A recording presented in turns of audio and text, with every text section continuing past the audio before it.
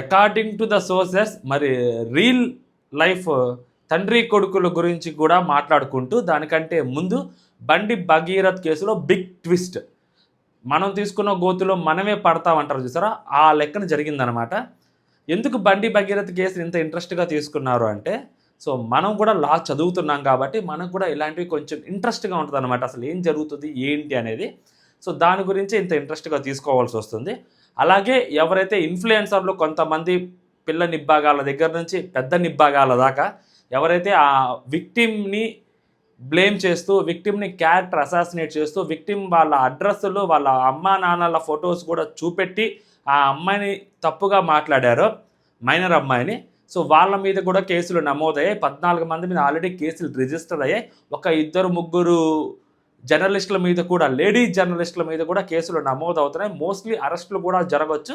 So దీని మీద judge గారు కూడా చాలా సీరియస్గా ఉన్నారు. At the same time Telangana government అవ్వచ్చు, పోలీస్ డిపార్ట్మెంట్ అవ్వచ్చు, చాలా సీరియస్గా ఉంది. ఎందుకు సీరియస్గా ఉంది అనేది కూడా మాట్లాడుకుందాం. ఫస్ట్ బండి భగీరథ్ కేసులో బిగ్ ట్విస్ట్ ఏంటంటే, సో ఇప్పటివరకు ఏవైతే అతను ఇంతకుముందు 11 సెక్షన్ బిఎన్ఎస్ సెక్షన్ 13, 11 ఏవైతే పెట్టారో, దాని తర్వాత 6, 7 సెక్షన్స్ ఏవైతే పెట్టారో, సో ఏదైతే పోక్సో యాక్ట్ కింద, ఇప్పుడు బిఎన్ఎస్లోని సెక్షన్ 64 క్లాస్ 2 క్లాస్ ఎం అనే ఒక సెక్షన్ని కూడా యాడ్ చేశారు. సో దీని అర్థం ఏంటంటే, if A person repeatedly commits rape on the same women అదనమాట.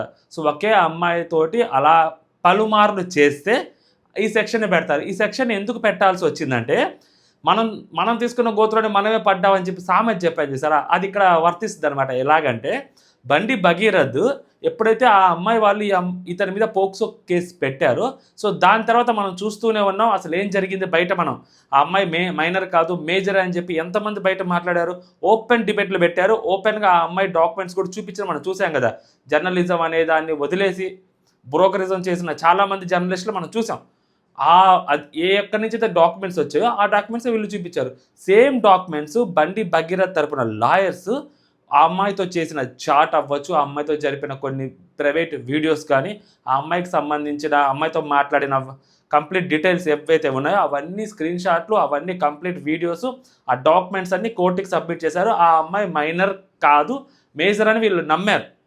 ఎందుకంటే రకరకాల డేట్ ఆఫ్ బర్త్లు అవి ఇవి, ఎస్పెషల్ ఆ ఎఫ్ఐఆర్ ఏదైతే ఉందో, సో నిర్మల్లో ఆ అమ్మాయి మీద ఫైల్ అయినప్పుడు ఎఫ్ఐఆర్, ఆ ఎఫ్ఐఆర్లో ఆ అమ్మాయి ఏజ్ అప్పటికి 15 సంవత్సరాలు చూపించారు. At the year of 2021. So అమ్మాయికి ఇప్పుడు 20 ఏళ్ళు ఉంటాయని ఒకే ఒక్క లూప్ హోల్ని పట్టుకొని, సో ఆ అమ్మాయికి మేజర్ అని చెప్పి మొత్తం డాక్యుమెంట్స్ అన్నీ ఇచ్చారు. ఆ డాక్యుమెంట్స్లో ఏమున్నాయి, ఆ అమ్మాయితోటి ఆ అబ్బాయి చాలాసార్లు గడిపినవి, అబ్బాయితో మాట్లాడినవి, మన నోటితో చెప్పలేనివి కూడా చాలా వరకు ఆ అబ్బాయి వాళ్ళు సబ్మిట్ చేశారంట ఆ అమ్మాయి తరపున.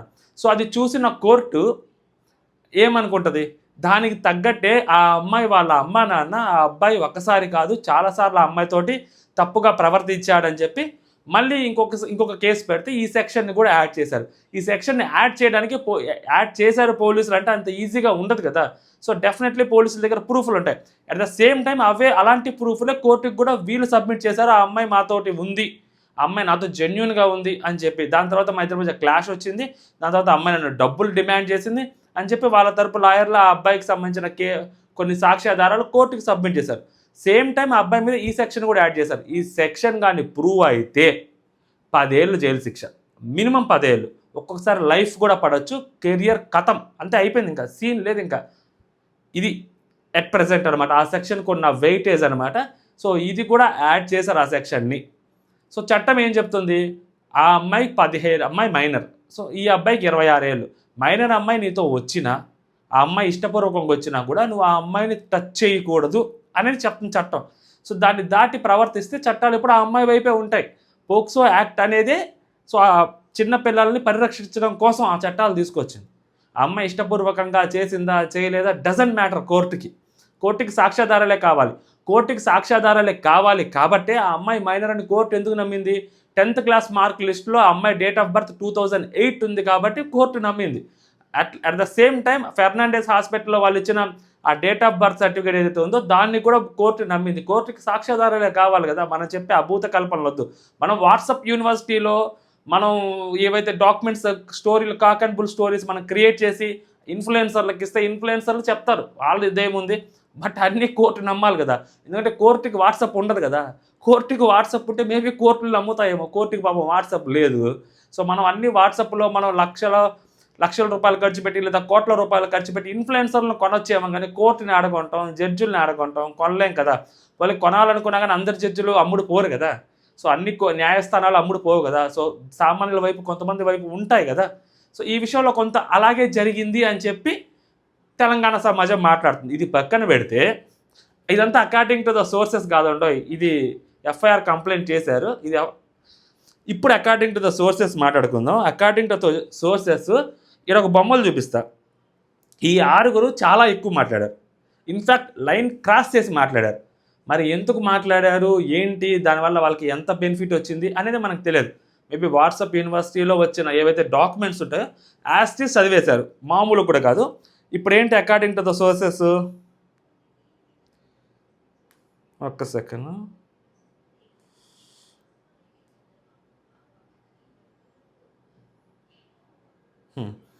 ఇప్పుడు అకార్డింగ్ టు ద సోర్సెస్ ఏంటంటే అబ్బా కొడుకులు స్విచ్ ఆఫ్ చేశారు. రియల్ లైఫ్ అబ్బా కొడుకులు ఇద్దరు ఫోన్లు స్విచ్ ఆఫ్ చేశారు. పాపం మే 15వ తారీఖు అనుకుంటే ఆఖరి షార్ట్ పెట్టింది. పాపం రోజు వాళ్ళ ఛానల్లో రోజుకు ఒక షార్ట్ పెడుతూ ఉంటారు. పాపం 15వ తారీఖు 16, 17, ఈరోజు 18, ఇప్పటివరకు ఒక షార్ట్ కూడా రాలేదు. మేబీ ఫోన్ స్విచ్ ఆఫ్ చేసేసుకొని ఉంటారేమో తెలియదు, మరి పారిపోయారో ఏమో మనకు తెలియదు. సో నా అకార్డింగ్ టు ద సోర్సెస్ ఇదంతా పోక్సో కేసులో బాధితురాలపై తప్పుడు మాటలు మాట్లాడినందుకు, ఇన్ఫ్యాక్ట్ ఇంకొంచెం పచ్చిగా చెప్పాలంటే తప్పుడు కూతలు కూసినందుకు 14 మంది మీద సోషల్ మీడియా ఇన్ఫ్లుయెన్సర్లు ఎవరైతే ఉంటారో వాళ్ళ మీద కేసులు ఫైల్ అయ్యాయి. నేను చెప్పాను కదా, కొంతమంది నిబ్బీలు మాట్లాడారు చూసారా, సేమ్ స్క్రిప్ట్ చదివారు చూసారా. మన లాస్ట్ టైం వీడియో వినిపించా, ఆ వీడియో చూడకపోతే ఎవరైనా చూడండి, దాంట్లో క్లియర్గా ఉంటుంది. వాళ్ళందరి మీద కూడా కేసులు ఫైల్ అయ్యాయి. పాపం చిన్నపిల్లలు, వాళ్ళ పరిస్థితి ఏంటో వాళ్ళకు కూడా తెలియదు. ఎందుకంటే ఒక మైనర్ అమ్మాయి గురించి మాట్లాడుతూ వాళ్ళు ఏవైతే స్క్రిప్ట్ ఇచ్చారో ఆ స్క్రిప్ట్లో భాగంగా వీళ్ళు మాట్లాడేశారు. దానికి ఒక నెరేటివ్ సెట్ చేశారు. దాని మీదకి వెళ్ళి కొన్ని ఫొటోస్ అమ్మాయి వాళ్ళ అమ్మా నాన్నలకు సంబంధించిన ఫొటోస్ చూపిస్తారు. బట్ పోక్సో యాక్ట్లో సెక్షన్ 23 ఏం చెప్తుంది, అలాంటి అమ్మా నాన్నల ఫొటోస్ కానీ వాళ్ళకి సంబంధించిన వివరాలు కానీ వాళ్ళ ఇంటి చుట్టుపక్కల వాళ్ళ వివరాలు కూడా హైడ్ చేయాలని చెప్పి చాలా క్లియర్గా చెప్తుంది. ఎందుకంటే వాళ్ళ ఇంటి దగ్గరికి వెళ్ళి ఏదైనా మీడియాలు కానీ ఇంకెవరైనా కానీ ఆ అమ్మాయిని వేరేలాగా టార్చర్ చేస్తారేమో, ఆ ట్రోమాలోకి నుంచి మళ్ళీ ఆ అమ్మాయిని బయటికి రావడం కోసం అమ్మాయి ట్రై చేస్తుంటుంది. మళ్ళీ ఆ అమ్మాయిని ఆ ట్రోమాలోకి ఇంకా పూర్తిగా నెట్టకూడదు అని చెప్పి కోర్టు అలా డిసైడ్ చేసింది. కానీ మనకి ఏం అవసరం లేదు అవన్నీ, చట్టాలు ఎవ్వరు చదువుకోవాలా అంటే సీనియర్ మోస్ట్ జర్నలిస్టులు చట్టాలు చదవరు. ఈ పిల్ల నిబ్బాగాలకి చట్టాలు తెలియవు. జస్ట్ వాట్సాప్ యూనివర్సిటీలో వస్తుంది, పేటిఎంలోనూ బ్యాంక్ అకౌంట్లోనూ డబ్బులు పడతాయి, మనం ఏది పడితే అది మాట్లాడేస్తూ ఉంటాం. పెద్ద పెద్ద ఇన్ఫ్లుయెన్సర్లకు కూడా చట్టాలు తెలియవా, చదువుకోవాలి కదా చట్టాలు. అరే మనం ఇది చూపించకూడదా, ఎవ్వరికి బుద్ధి జ్ఞానం ఎవ్వరికి లేదు. నిజంగా ఇలాని అరెస్ట్ చేయాలి, ఇలా తాట తీయాలి పోలీసు వాళ్ళు, అప్పుడే ఇలాంటివి కొంచెం తగ్గుతాయి. లేదంటే విక్టిమ్ని బ్లేమ్ చేయటం, ఆ విక్టిమ్ని క్యారెక్టర్ అసాసినేట్ చేయడం అనేది ఈ మధ్య ఫ్యాషన్ అయిపోయింది. అంటే లైక్ ఇది డబ్బున్న వాళ్ళు ఎవరైనా కేసులో ఇరుక్కుంటే ఆ విక్టిమ్ని క్యారెక్టర్ అసాసినేట్ చేయడం అనేది గొప్ప ఫ్యాషన్ అయిపోయింది అనమాట. ఇప్పుడు ఇది మీడియా ఛానల్స్ ఇంతకుముందు చాలా ఎక్కువగా చేసేది. అప్పుడు మనం పెద్ద పట్టించుకునే వాళ్ళం కాదు, మన నోర్లు కూడా వాయిస్లు కూడా ఉండేవి కాదు. ఇప్పుడు సోషల్ మీడియా వచ్చేసరికి ఇంకా ఎక్కువ అయిపోయింది అనమాట ఆ విక్టిమ్ని బ్లేమ్ చేయటము, క్యారెక్టర్ అసాసినేట్ చేయడం అనేది. చూస్తూనే ఉన్నాం కదా మనం గత కొన్ని రోజులుగా. అసలు ఏం జరిగిందనేది ఎవ్వరికి అనవసరం. హనీ ట్రాప్ అనేయాలి, ఆ అమ్మాయి క్యారెక్టర్ అసాసినేట్ చేసేయాలి. అసలు ఆ అమ్మాయి తప్పు చేసిందా లేదా, ఆ అమ్మాయి మైనరా మేజరా, ఒక పక్క క్లియర్గా డాక్యుమెంట్స్ చూపిస్తున్నారు. 2008, 2010 3 డేట్ ఆఫ్ బర్త్లు చూపిస్తున్నారు.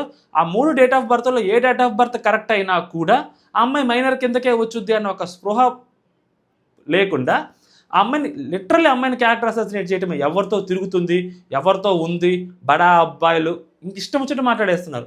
అందరి మీద కేసులు ఫైల్ అవుతున్నాయి. నిజంగా తాట తీయాల పోలీసులు అయితే మాత్రం, నిజంగా అప్పుడే బుద్ధి వస్తుంది జనాలకి. Next according to the sources, మళ్ళీ బాధితురాలు వీడియోలు కానీ ఫొటోస్ కానీ వారి కుటుంబ వివరాలను కానీ ఇష్టం వచ్చినట్టు ఎవరైతే పోస్ట్ చేసిన మరికొంతమంది జర్నలిస్టులు వాళ్ళ మీద కూడా కేసు ఫైల్ చేస్తున్నారు. Next according to the sources, POCSO case విచారిస్తున్న జడ్జి గారిని కూడా ఆఖరికి ఆవిడని కూడా ట్రోల్ చేస్తున్నారు. అంటే లైక్ ఆవిడ కూడా ఇంతే, అంటే లైక్ ఒక కైండ్ ఆఫ్ నెరేషన్ అనమాట. ఆవిడ కాంగ్రెస్ ప్రభుత్వానికి అమ్ముడుపోయింది, ఆవిడకి ఇప్పుడు అలా చేస్తే బార్ కౌన్సిల్ ఆవిడకి ఏదో సంథింగ్ ఏదో ఇస్తారు, అది ఇది అని చెప్పి ఓపెన్గా పాపం జడ్జి గారు ఎవరైతే ఆ అమ్మాయి తరపు లాయర్ని ఓపెన్గా అడిగారు, మీకు నా మీద అనుమానంగా ఉంటే, బయట ఇలా నా గురించి ఇలా మాట్లాడుతున్నారు, నా మీద మీకు ఏమైనా అనుమానంగా ఉంటే మీరు వేరే జడ్జి దగ్గరికి వెళ్ళొచ్చు, వేరే జడ్జి నా ప్లేస్ని రీప్లేస్ చేస్తారంటే మాకు నమ్మకం ఉంది మేడం అని చెప్పి ఆ పల్లె నాగేశ్వరరావు గారు అనుకుంటా, సో ఆయన మాట్లాడారు అని చెప్పారు. అంత దారుణంగా జడ్జి గారిని కూడా ట్రోల్ చేశారు. ఏంటి, ఒక పర్టికులర్ పర్సన్ని ఇన్నోసెంట్ అని ప్రూవ్ చేయడం కోసం మనం వేరే వాళ్ళని బ్లేమ్ చేస్తే రేపొద్దున ఏదైనా ఆ అబ్బాయికి ఎగెనెస్ట్గా తీర్పు వచ్చినా కూడా, చూసారా మేము ఏదైతే చెప్పామో అదే కరెక్ట్ అయింది, ఆవిడలా ఆ జడ్జిలా ఈ జడ్జిలా అని చెప్పి ఒక ఫేక్ నెరేటివ్ని ముందుగానే మనం పెట్టేస్తే, జనాల ముందు ఒక ఎల్బీ లాగా తీసుకొస్తే జనాలు దాన్ని నమ్మేస్తారు అన్న ఒక భ్రమలో అలాంటి పనులు కూడా చేశారు. సో జడ్జి గారు దాని మీద కూడా సీరియస్ అయ్యారు. పోలీస్ డిపార్ట్మెంట్కి, సైబర్ క్రైమ్కి ఆవిడ అక్కడే రిక్వెస్ట్ చేశారు అండ్ ఆవిడ ఆర్డర్ కూడా చేశారు, ఇలాంటి వాళ్ళ మీద కేసులు పెట్టండి అని చెప్పి జడ్జి గారు. నెక్స్ట్ వచ్చేసరికి అకార్డింగ్ టు ద సోర్సెస్ ఇప్పటికీ చాలామంది ఇప్పటికీ కూడా ఇంకా స్టిల్ ఇంకా కూడా నడుస్తూనే ఉంది, ఇంకా కూడా ఆ అమ్మాయిని ఇంకా విక్టిమ్ని ఆ క్యారెక్టర్ అసాసినేట్ చేస్తూనే ఉన్నారు స్టిల్ ఇప్పటికీ కూడా. కొంతమంది ఎవరైతే చేస్తున్నారో ఇంతకుముందు వాళ్ళు డిలీట్ చేస్తున్నారు. సో కొత్త వాళ్ళు పాపం తెలియదు అనుకుంటా, వాళ్ళు కూడా చేస్తూ ఉన్నారు, ఇంకా మేబీ డబ్బులు కమ్ముడిపోయి వాళ్ళు కూడా డిలీట్ చేస్తారు.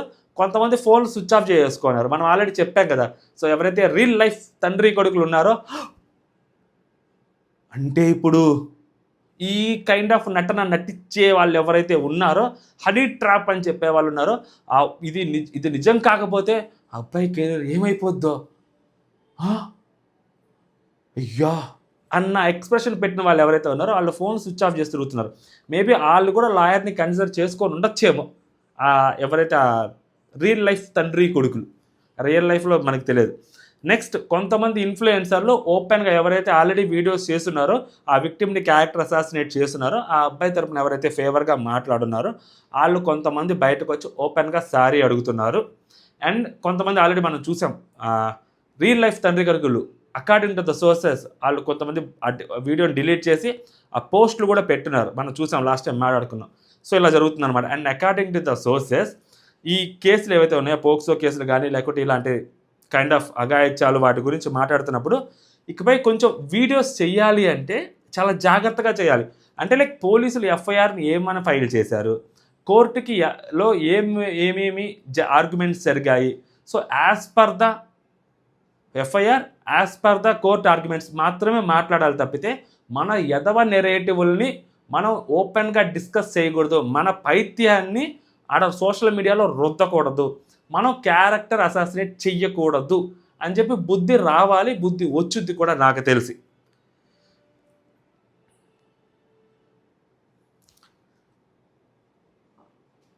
అంటే లైక్ న్యాయమూర్తుల్ని కూడా మనం ట్రోల్స్ చేస్తున్నామంటే మనం ఏ కైండ్ ఆఫ్ సొసైటీలో ఉన్నాము, డబ్బులకు అంత అమ్ముడుపోతున్నామా, లేకుంటే మనకు 10 మంది, ఒక 20 మంది, లేదా 1,00,000 మంది ఫాలోవర్స్ ఉంటే మనం ఏమన్నా సొసైటీలో పెద్ద తోపు అనుకుంటున్నామా? చూస్తూనే ఉన్నాం కదా, సెంట్రల్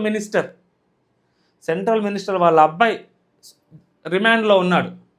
చట్టం ముందు ఎవరైనా ఒకటే. ఈ కేసు తర్వాత రేపొద్దున ఏం జరుగుతుంది, ఏంటి ఫర్దర్గా ఎలా ఉంటుంది, బెయిల్ వచ్చుద్దా, దాని తర్వాత కేసు లైటర్ వేలో వెళ్ళిపోతుందా, లేకుంటే కాంప్రమైజ్ వేలో తీసుకెళ్ళిపోతారా, వీ డోంట్ నో. పోలీసులు చాలా గట్టిగా ఉంటారు అని నమ్ముతున్నారు తెలంగాణ సమాజం. సో నమ్ముతారు, సో తెలంగాణ సమాజం అనే కాదు, సో చూస్తున్న ఎవరైనా కానీ, సో పోలీసులు చాలా గట్టిగానే ఉంటారు. రేవంత్ రెడ్డి గారు కొంచెం గట్టిగానే సీరియస్గానే తీసుకుంటారు, సిట్ కూడా వేశారు. సో మేబీ వాళ్ళు కూడా కొంచెం గట్టిగానే ఇన్వెస్టిగేషన్ చేస్తున్నారు అని చెప్పి తెలుస్తుంది. అంటే ఎవరికి ఆ అబ్బాయికి అన్యాయం జరగకూడదు, అట్ ద సేమ్ టైం ఆ అమ్మాయి కూడా అన్యాయం జరగకూడదు, ఓకేనా. బట్ ఇక్కడ ఏంటంటే ఇనిషియల్ స్టేజ్లో ఆ అమ్మాయి మైనర్ అని చెప్పి కోర్టు నమ్మేసింది. అట్ ద సేమ్ టైం ఆ అమ్మాయి తోటి ఆ అబ్బాయి ఇంటిమేట్ అయ్యాడు రిపీటెడ్ టైమ్స్లో అని చెప్పి ఆ అబ్బాయి కొన్ని సాక్ష్యాధారాలు ఏదైతే ఇచ్చాడో, సో వాటి వల్ల తెలుస్తుంది. అట్ ద సేమ్ టైం పోలీసులు కూడా ఆ సెక్షన్ 67 ఏదో చెప్పానో క్లాస్ 2, క్లాస్ M ఆ సెక్షన్ కూడా పెట్టడం వల్ల క్లియర్గా పోలీసులు కూడా నిర్ధారించుకున్నారనమాట రిపీటెడ్గా జరిగిందని. మైనర్ అమ్మాయితోటి రిపీటెడ్గా జరిగిన without concern or with concern అది పోక్స్ యాక్ట్ కింద, సో దాని కిందే RA దాని కిందే గుర్తిస్తారనమాట. సో గుర్తించినప్పుడు ఆ అబ్బాయికి లైఫ్ పడటంలోనో లేకుంటే మోర్ దాన్ 10 years. ఇది మాత్రం పక్కన. లాస్ట్ టైం ఒకసారి చెప్పాను, 35 years ఉన్న కానిస్టేబుల్ కూడా 35 సంవత్సరాలు ఏమో అనుకుంటా జైలు శిక్ష పడింది అతనికి. సేమ్ అలాగే ఒక అమ్మాయిని ఇలాగే చేస్తే అతను కానిస్టేబుల్. సో అతను కూడా అలాంటి శిక్ష పడింది. రీసెంట్గా కోర్టు తీర్పిచ్చిందనమాట. సో ఇది ఓవరాల్గా ఇప్పటి వరకు ఉన్న డెవలప్మెంట్స్. సో దీని మీద మీ ఒపీనియన్ మీరు కామెంట్ చేయండి చాలా బలంగా. అంటే ఇంకేమన్నా ఈ కేసు గురించి ఇంట్రెస్టింగ్గా ఉంటే మాట్లాడుకుందాం. ఎందుకంటే లైక్ మనం కూడా లా చదువుతున్నాం కాబట్టి సో ఇలాంటి కేసులు, ఇలాంటి చట్టాలు, సో ఆ లైవ్ ప్రొసీడింగ్స్ ఏవైతే ఉంటాయో, కోర్టు ఆర్గ్యుమెంట్స్, ఇవి కొంచెం ఇంట్రెస్టింగ్గా ఉంటాయి. సో దానికోసం దీని గురించి మాట్లాడుతున్నాను. మీ ఒపీనియన్ మీరు కామెంట్ చేయండి. అంటే జై హింద్.